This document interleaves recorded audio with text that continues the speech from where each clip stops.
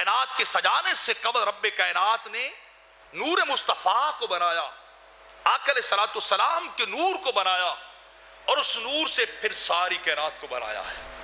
بلکہ کئی عرفاء تو لکھتے ہیں نا، اگر اس نور کو سمیٹا گیا تو ذات مصطفیٰ بنی ہے، اور اس نور کو بکھیرا گیا تو کہیں آدم بنائے گئے، کبھی ان سے شیش بنائے گئے، کبھی نوح بنائے گئے، کبھی اس سے ابراہیم بنائے گئے، کہیں اس سے اسماعیل بنائے گئے، کہیں حسن و جمال کے مالک یوسف بنائے گئے، کہیں صاحب کمال موسیٰ علیہ السلام بنائے گئے، اور کہیں صاحب کمال اور صاحب معجزات عیسیٰ علیہ السلام بنائے گئے۔ یہ ساری کائنات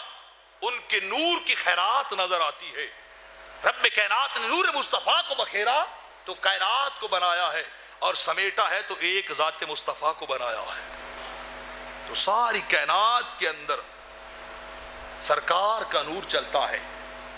اور وہ شاعر لکھتا ہے نا، روپ بدلا تو کیا ہم پہچان گئے ہیں،